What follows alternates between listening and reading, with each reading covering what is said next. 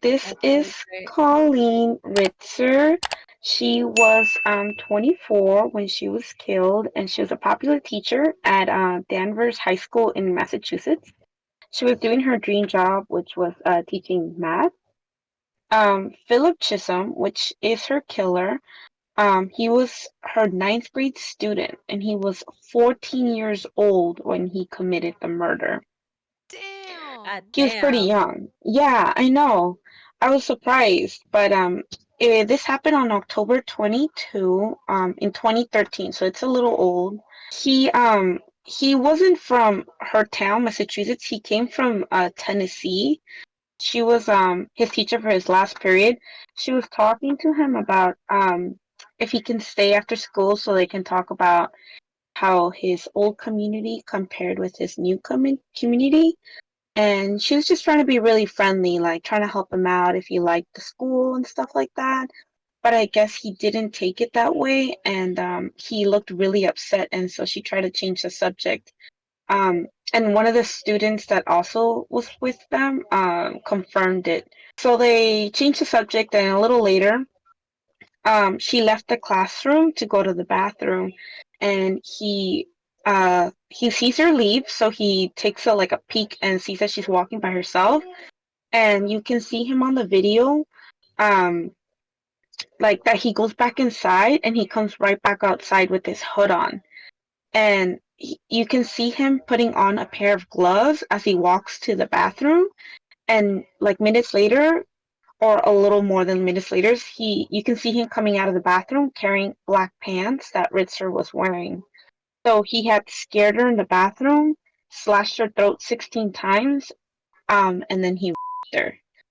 And while this happened, after he killed her, a student apparently walked in as he was finishing up, and he was putting his pants on, and they left thinking that he was just changing. He was in the women's bathroom too, so it was another female student that walked in, but she thought he was just changing clothes for some reason.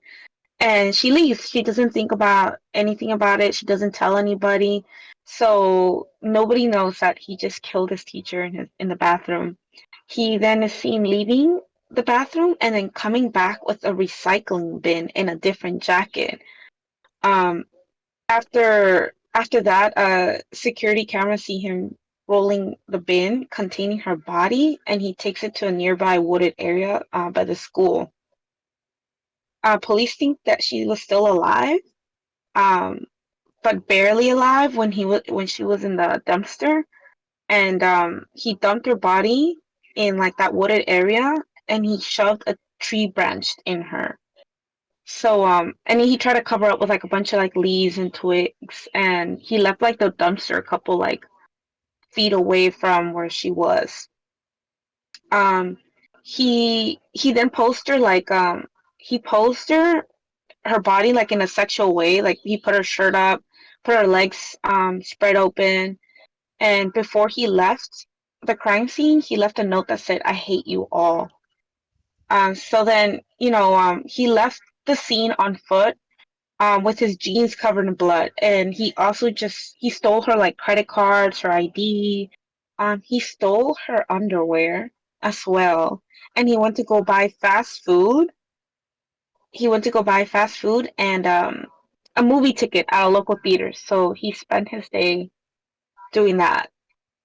After that, he was later seen at night after they reported her missing because she didn't come home. They reported him missing, his parents, because he also didn't come home.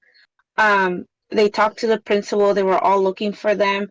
Apparently, there wasn't that much blood in the bathroom. I guess because he cleaned it up with his clothes.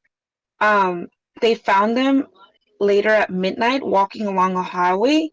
When the police searched his backpack, they found like his a bloody box cutter, mask, gloves, and the hooded sweatshirt that he was wearing. The first one.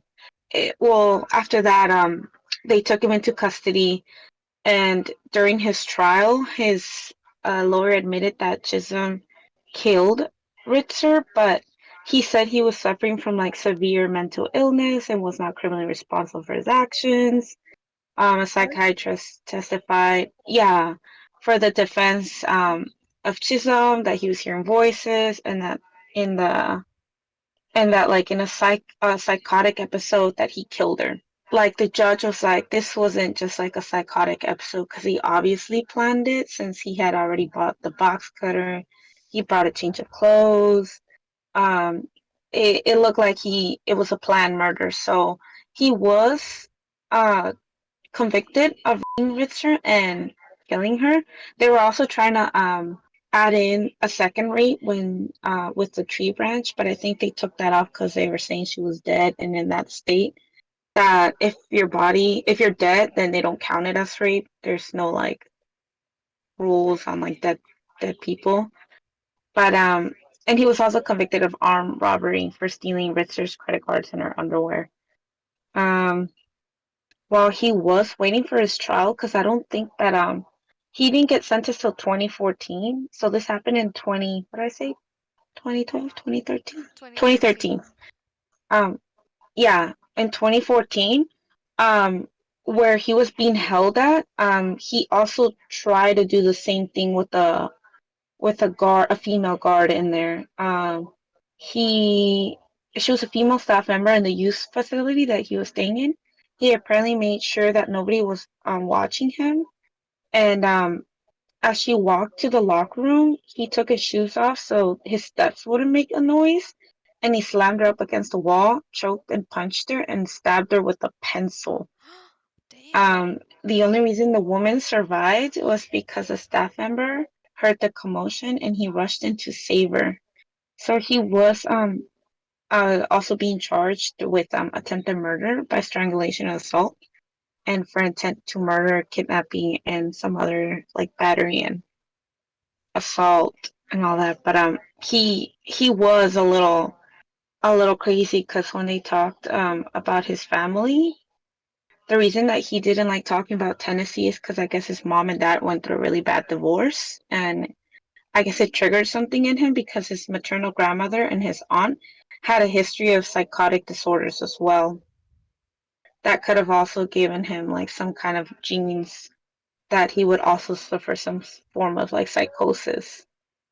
But it was just really sad because they said that she was a really like a great teacher. She cared about all her students, and there was literally like no motive that he had to kill her, besides the fact that she just wanted to talk about how his life differed in Tennessee than it did in Massachusetts, like since he just moved in.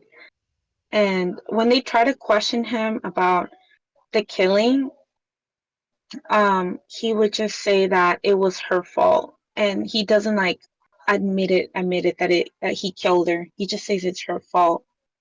And he is I think because he's a juvenile, he did get like life in prison, but he does have a chance of parole in 40 years, so he can get out sooner than life. But at first I was like, damn, how can a 14-year-old overpower a teacher? But then I looked at his It's like his tall. height and stuff, and he was a pretty yeah, he was tall. He was tall. Hmm. He was probably almost as tall as she was. But like on the video you can see him like walking towards the bathroom with like his gloves. You can see him exiting the bathroom with like bloody gloves too. You Yeah. can see him going to get the trash. There's like a bunch of surveillance video on it. But it Yeah. was just really sad because I mean, she didn't do anything to cause him to kill her, and he still didn't admit it. Hmm. Um, yeah, but they do say he was a little um crazy, but since he did plan it basically, they did um accuse him of it, and he was tried as a first degree murder. Hmm. But yeah, it's kind of short. He only did kill one person, and he almost killed the second one, but it was just a sad case where she How? kind of died for no Yeah. reason. I don't get what made him think that he was gonna be able to get away with it. Like, sir, kid, Y- child. He probably yeah, didn't that's the part that care. I don't. Yeah, I think he just didn't care. It, I don't think he expected to get away with it, especially because he left the note like "I hate you all."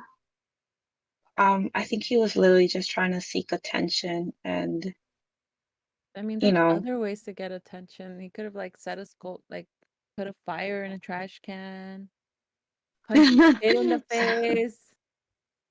Yeah, and they say he was a good student. He was quiet though. He was quiet and he was an athlete. So they never thought he would have done that, but for some reason his teacher talking about Tennessee like triggered his psychosis and he went and killed her.